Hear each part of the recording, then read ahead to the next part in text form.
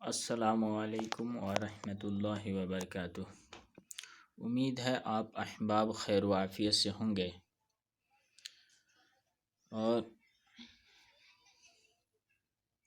آج سے انشاءاللہ ہم میٹرک کلاس میں جو اردو چلتی ہے اس کے جو اسباق ہیں اس کو شروع کریں گے، تاکہ میری اور دیگر بچوں کی تیاری بآسانی ہو جائے۔ اس لیے آج جو سب سے پہلے جس چیپٹر کا اردو کا نام ہے، کتاب کا نام ہے درخشاں دوم۔ درخشاں کا معنی چمکتا ہوا ہوتا ہے، اور اس کتاب کو دو حصوں میں بانٹا گیا ہے۔ ایک حصہ جو ہے نثر ہے اور دوسرا حصہ شاعری ہے۔ حصہ نثر کو 5 حصوں میں بانٹا گیا ہے۔ اس میں ہے افسانہ ہے، مضمون ہے، ناول ہے، مکتوب نگاری ہے، انٹرویو ہے، یہ 5 ہو گیا۔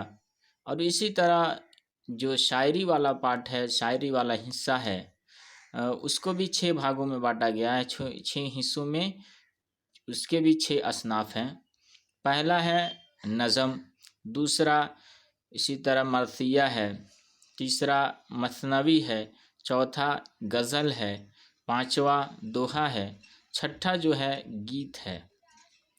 اب آئیے ہم چلتے ہیں اس کے تعریف کی طرف۔ نثر کس کو کہتے ہیں؟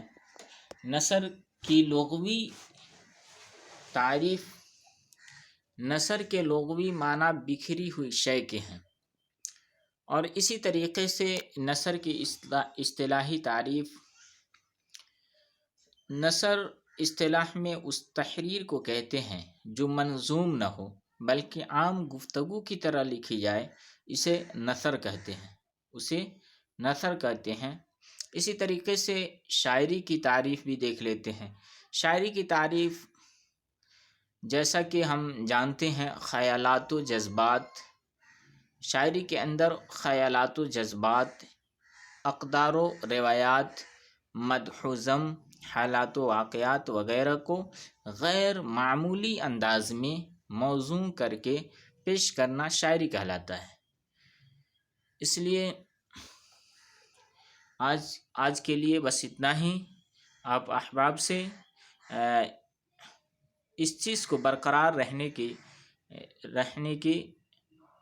کے لیے ہم دعا گو ہیں، تاکہ اللہ رب العالمین ہم کو اور آپ لوگوں کو اس چیز کے ذریعے استفادہ کرنے کی توفیق دے۔ آمین۔